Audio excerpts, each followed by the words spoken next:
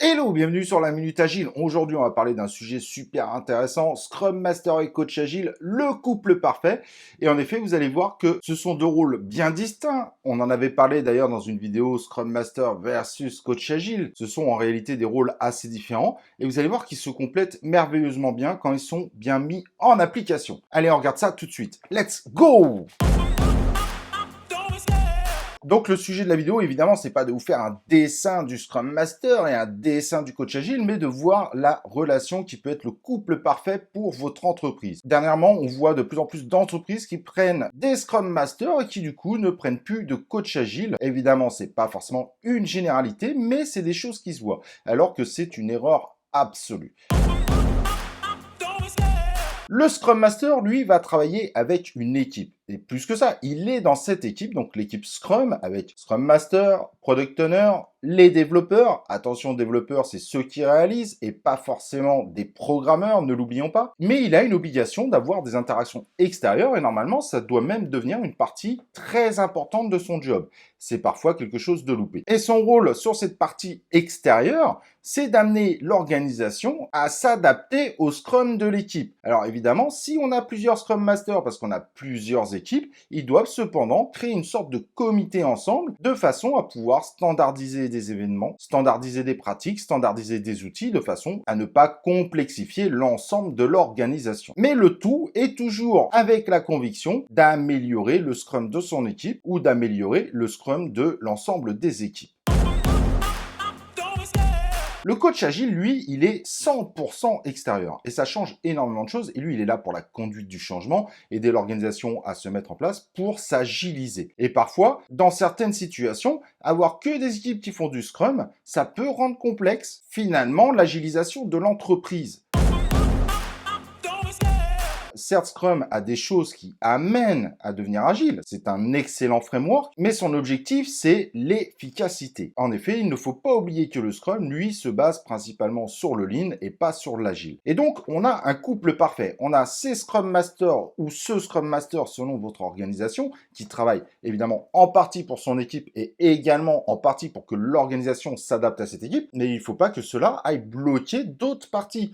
L'entreprise, elle a différents processus qui peuvent être très complexes à travailler, que ce soit pour des problèmes managériels, des problèmes de pratiques ancrées au sein de l'entreprise, parfois même liés à son historique. Et donc lui, le coach agile, il va travailler sur les parties très généralistes, que ce soit en termes de conduite de changement, de transformation organisationnelle, de standardisation des outils, parce que toutes les équipes ne travailleront pas forcément en Scrum. On peut avoir des équipes qui ont plus besoin d'un Kanban, on peut avoir des équipes qui ont encore d'autres besoins, comme par exemple des commerciaux qui travaillent continuellement à l'extérieur. Et donc, il faut réussir à faire travailler ce beau monde en réduisant considérablement les déchets dans l'organisation. Donc, il y a une partie de ligne évidemment aussi dans son travail, de façon à pouvoir délivrer des lots de plus en plus petits, délivrer plus rapidement et également évidemment de mettre le client au centre des préoccupations.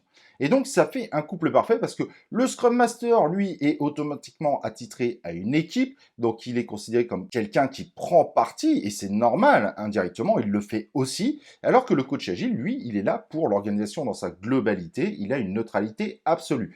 C'est impossible pour un Scrum Master d'être neutre par rapport à son rôle. Et du coup, ensemble, ils peuvent super bien travailler, ça peut être un couple parfait.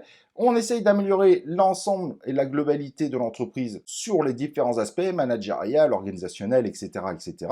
Et les Scrum Masters, pour des équipes un peu plus spécifiques, même si en effet, ils doivent travailler avec l'organisation pour que ce Scrum fonctionne mieux. Un Scrum qui fonctionne mieux, en général, amène évidemment à une meilleure agilisation de l'organisation.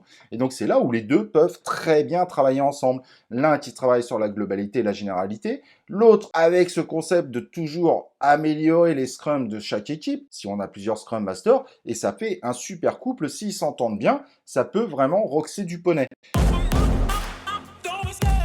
Et plus que ça, le Scrum Master ne pouvant être neutre aux yeux des gens, il y a un moment où il a un problème d'intervention. Et ça, il n'y peut rien, c'est dû à son rôle. Mais du coup, pour certaines interventions, il manque un petit peu de crédit. Et souvent, plus on monte dans la sphère managériale, et plus c'est difficile pour lui d'avoir du crédit. Ça peut avec le temps, évidemment, avec la confiance, mais c'est pas forcément le cas. Alors que le coach agile, et là, il faut faire attention, le coach agile ne doit pas être pris par une équipe, sinon ça va être très compliqué en termes d'intervention, mais doit être pris par l'organisation. l'organisation. Et donc, ne pas donner l'impression d'avoir un manager qui fait partie d'un secteur de l'ensemble du service, parce que sinon, ça devient compliqué. Il suffit qu'il aille sur un autre secteur et on a l'impression que ce coach agile travaille pour l'autre secteur et pas pour nous. Donc, il doit vraiment avoir une neutralité absolue. Et cela est souvent dû au sponsor qui va prendre le coach agile. Et ça, c'est très important. Ça ne veut pas dire qu'ensuite, il ne peut pas réussir à amener cette neutralité aux yeux des gens. Parfois, ça marche, mais ça prend beaucoup de temps et c'est une perte de temps, malheureusement, au sein de la transformation.